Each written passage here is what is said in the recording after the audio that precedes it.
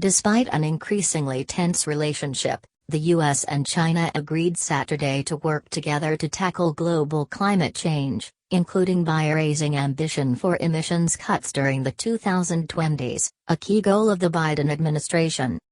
Why it matters. The joint communiqué released Saturday evening commits the world's two largest emitters of greenhouse gases to work together to keep the most ambitious temperature target contained in the Paris Climate Agreement viable by potentially taking additional emissions cuts prior to 2030. Get market news worthy of your time with Axios Markets. Subscribe for free. In addition, the document leaves open the possibility that the US and China can act jointly on climate change while having strong disagreements on trade, technology, and national security issues, though how far this cooperation can extend remains to be seen. Details, ahead of negotiations in Shanghai between John Kerry, President Biden's special envoy for climate, and Xi Zhenhua, his Chinese counterpart. The State Department had worked to downplay expectations. In fact, the participation of Chinese leaders Xi Jinping in the White House's virtual climate summit on April 22 to 23 has been in doubt. But the document indicates China will participate in the summit, stating, both countries look forward to the US-hosted Leaders' Summit on Climate on April 22-23. They share the summit's goal of raising global climate ambition on mitigation, adaptation. In addition, the document calls for both countries to move away from funding fossil fuel energy sources, and toward clean energy. Yes, but, the document is lacking in specifics, including any new emissions targets from either country. Driving the news, China is by far the world's top current emitter of greenhouse gases, while the US is the second largest emitter. However, when viewed historically, the US is the top contributor to global warming. The problem cannot be solved without the participation of these two countries, and they're at loggerheads over a host of other issues.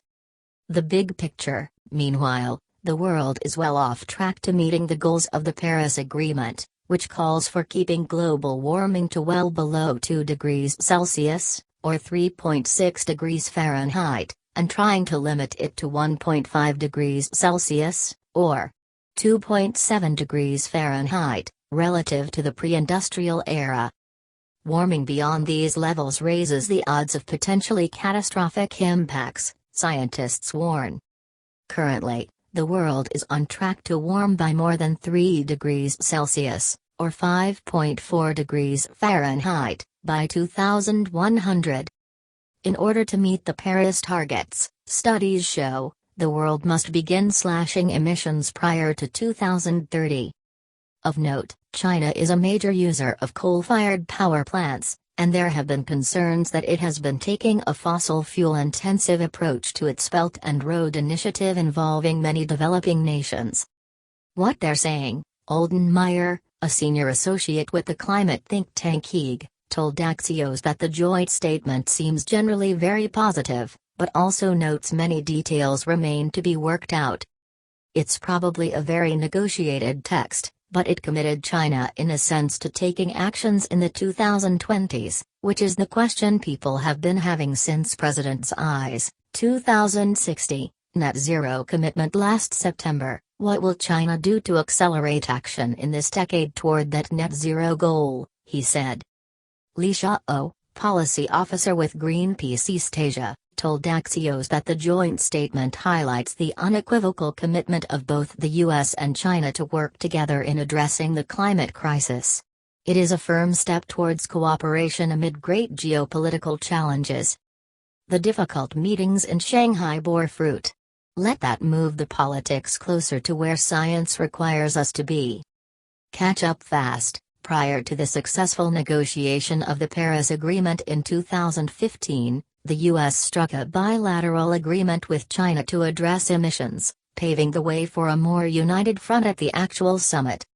To date, China has pledged to cut carbon emissions per unit of economic output by over 65% by 2030 and boost the share of non-fossil fuels in energy consumption to roughly 25% by then.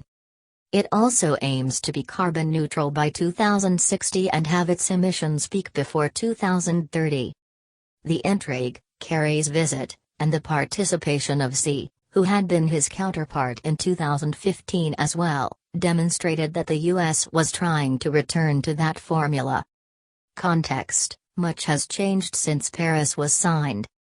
Global emissions have gone up, and the effects of climate change have become more obvious in the form of massive wildfires in the US and Australia, melting glaciers and heat waves. And under President Trump, the US abandoned the Paris Agreement, only to rejoin it under Biden. What to watch? While the communiqué mentions cooperation in several key technological areas of clean energy, a big question is whether China will offer a firm commitment to a pre-2030 emissions reduction target at the White House summit.